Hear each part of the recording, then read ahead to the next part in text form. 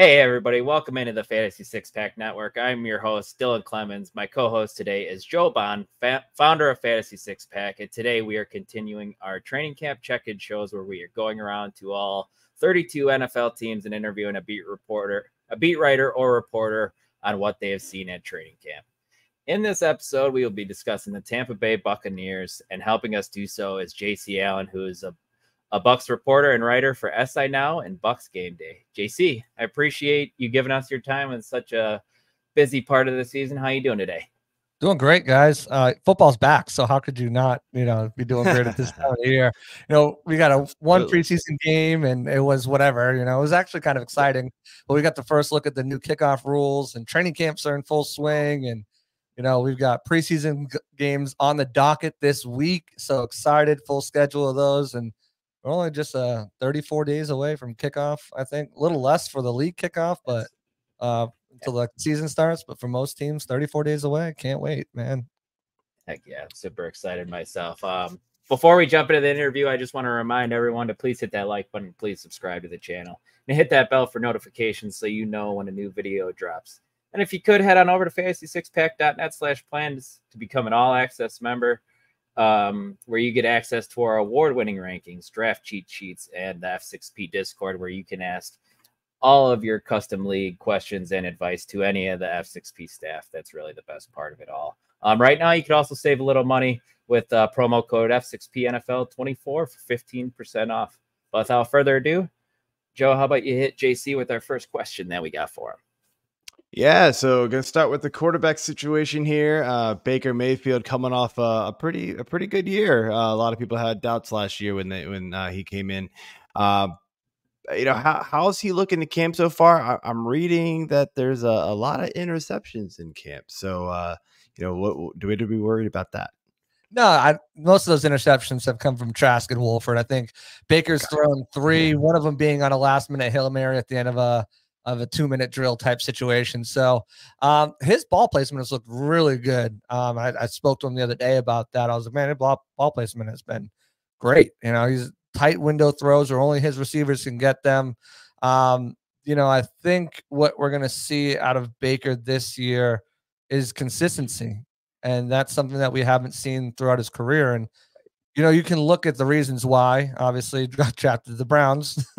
They fired their head coach, and then they fired their interim head coach, and then they fired their head coach, and then they brought in Kevin Stefanski. And that season that they shared together in 2020, you look at what Baker was able to do, get them to the playoffs, and a defensive stop or missed defensive stop against the Chad Henne scramble slide, cost them a chance to go to the AFC Championship game. So, I think when you look at what Baker's done throughout his career, there's asterisks next to it. You can't kind of just say, well, this is his sample size and this is what you're getting. This is why.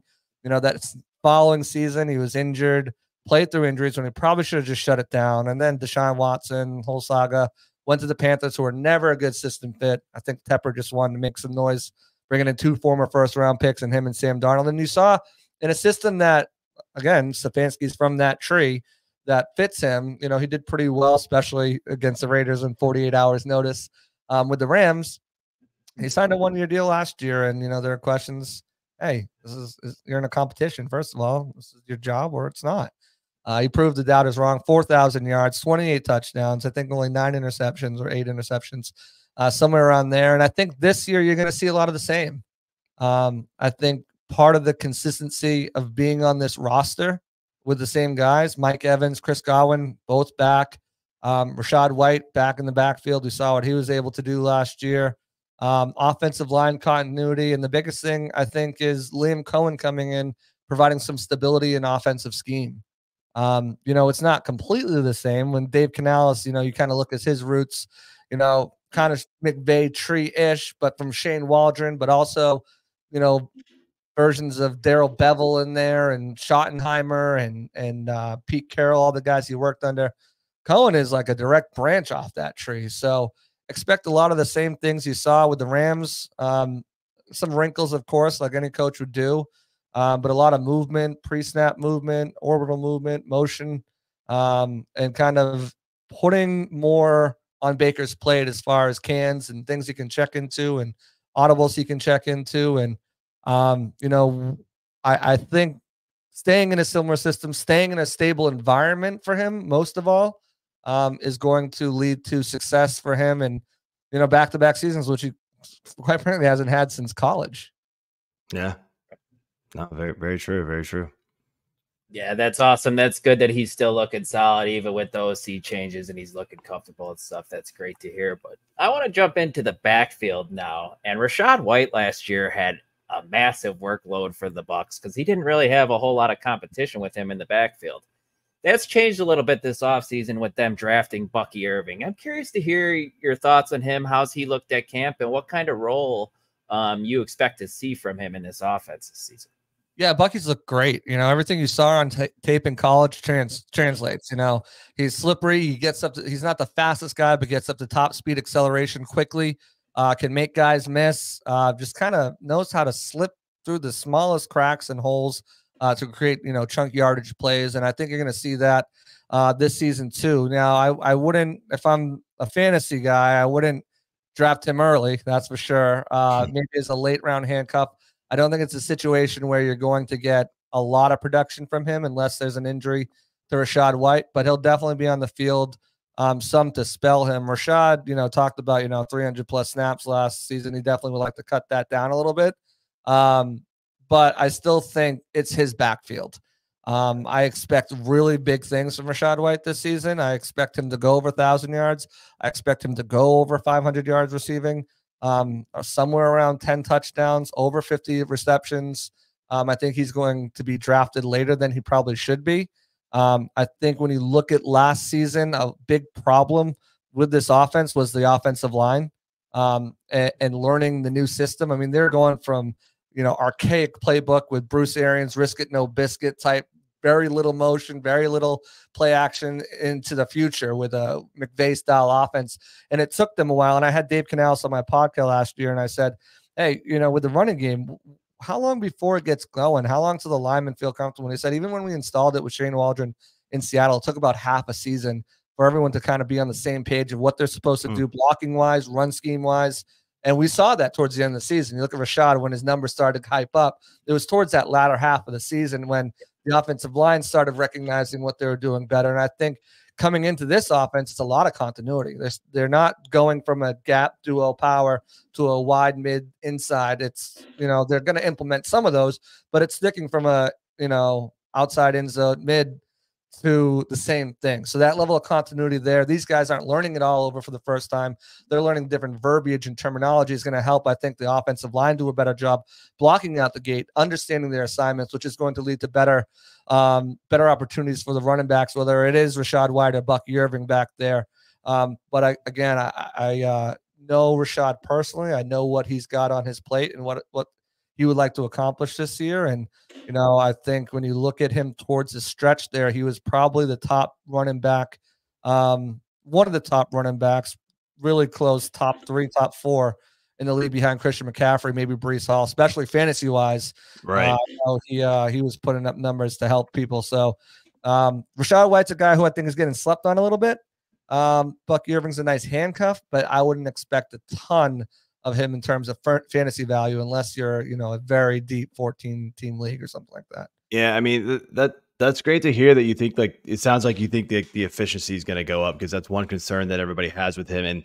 And with a guy like Bucky Irving coming in, you do worry that, you know, it was a workload, you know, that carried him into where he finished last year. And if he wasn't going to get that same workload and he wasn't as efficient, then that's why his draft stock's going down. So it'll be interesting to see, like, you know, something that I'm keeping an eye on in preseason. You kind of want to see this kind of carry over into the few reps that they're going to get in the preseason game.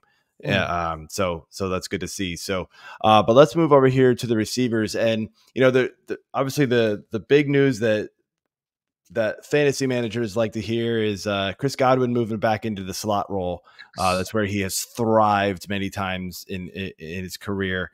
You know, with that, so you can give a little take on Chris Godwin and kind of how that's shaping up, but then also who's playing the other outside receiver alongside Mike Evans. Yeah, buy on CG. I think his ADP is somewhere around like the 5th or 6th round right now in 12-team leagues. Scoop him up before that. You're not going to regret it. He's going to be playing the Cooper Kupp role in this offense for Liam Cohen. And that's something that Liam has said outright. And Chris is finally kind of looking like Chris Godwin. The last 2 years have kind of been rough. Coming back from that torn ACL, he finally is showing that separation that he showed back in like 2019, 2020, 2021 before the ACL. And he's starting to look much better. Now, obviously with Godwin, he needs more opportunities in the end zone. I mean, great catches are great, especially in full PPR. Yards are good, but you got to score sometime. And I think he had 4 touchdowns last year, and one of them was on a run or something like that, maybe even less. That's not going to cut it. But I will say they've made a more concentrated effort to get him involved in the red zone. He's in practice doing the red zone practice and drills and stuff like that. He's been heavily featured down there. He's come down with a bunch of touchdowns. So buy high on Chris Godwin. Don't let someone else scoop him up before you. If you're like, I'll try to sneak him next round, sneak him that round, because he's going to be somebody that you're going to not you're not going to regret drafting him around higher if he's on your target board there. As far as who's going to be across from him, I had Liam Cohen on the podcast last week or a week and a half ago, and I asked him that, like, who's number 3? What's going on there? And, for the most part, it's going to determine, drive to drive, team to team, what the best matchup situation is for them. Trey Palmer's got the speed. He's a burner. He can do, man, if you're going up a team that plays a lot of man, it might be Trey Palmer's day. If you're going up against a team that goes, up against a lot of zone, you're looking at a Jalen McMillan season. What I will say, though, is even though he said that, my eyes tell me a little bit different. Jalen McMillan has come in and he looks like a pro. And it's training camp, it's hype season, but this goes beyond me hyping up. This goes to players and not players on camera, just talking, hyping up their teammate. This goes to coaches again off camera, saying this guy has looked phenomenal. He's looked like a professional. He's looked like a veteran, savvy route runner, knows how to find the open space, knows how to make the tough catches, good hands. He's been a touchdown machine so far in camp, beating the likes of Zion McCollum, Jamel Dean, Antoine Winfield Jr. On certain plays. He's caught almost nearly everything thrown to him. He's been a very exciting player to watch. Now, again, one of the biggest knocks on Jalen McMillan was physicality, right? When you get physical with him at the line or through the route, how does he hold up? That's going to be interesting to watch. We got Cincy coming up. We've got the Jacksonville Jaguars and the Dolphins coming up. And I think those joint practices will be very telling, but those games will be telling too when they're kind of, trying to, give him a little physicality. How does he work through that? And I think that's where you kind of want to monitor Jalen McMillan. If he can show that he can fight through that physicality and come down with these catches, to my mind, it's going to be around a 60-40 split, maybe even more, with Jalen McMillan getting more snaps than Trey Palmer. At the end of the season, I could see him getting around 40 catches for, 400-500 yards and 5 or 6 touchdowns. So a good, especially in deeper leagues, I think a good guy to sit on, stash on, see what he can become. And if someone goes down, I think, you're looking at a gold mine right there. The rapport with Baker and him has been phenomenal too. That's great. I love hearing about the rookie showing out. Looking at another pass catcher on this Bucs team at the tight end position, which is obviously pretty thin in fantasy football. Cade Otton, old school type of guy, no gloves on his hands or anything. We saw him produce at times last year. I'm curious to hear your thoughts on him and his potential role in this Liam Cohen offense. Yeah, so Cade is not going to play as much as he did last year. So I already know that he's not playing 98% of the snaps. But they, going to step up. Payne Durham has looked good. The last couple practices. Devin Culp, another rookie from Washington. Where else? He's looked pretty good, with that speed. And, probably I have him making the roster in that move tight end. And we've seen what move tight ends can do in this system with Higbee and Everett. Not comparing Culp to him, either of those guys. But, he's a fascinating guy to maybe keep an eye on down the line if he starts to get production there. But I think with Cade Otton, thing that fantasy owners don't want to hear is he's become a much better blocker. But that also gives him more opportunities to be on the field as well. And also opens up opportunities for the running game. So, I mean, kind of goes hand in hand, but Cade's as steady as they come. I mean, he's going to get, I think, 50 catches this season, flirted with the last couple of years, 500 yards, probably around 5 touchdowns. He's that kind of fourth quarter go-to guy. He's not going to be one of these top guys. But again, the tight end position, as you mentioned, is so like weak. And you kind of almost, if you don't have one of those top, 8 guys, it's almost like, all right, you're playing the matchup roulette or, trying to figure it out, what I can do this week, or just, if I can get 6 points from my tight end with the rest of my roster, I should be good. Yeah.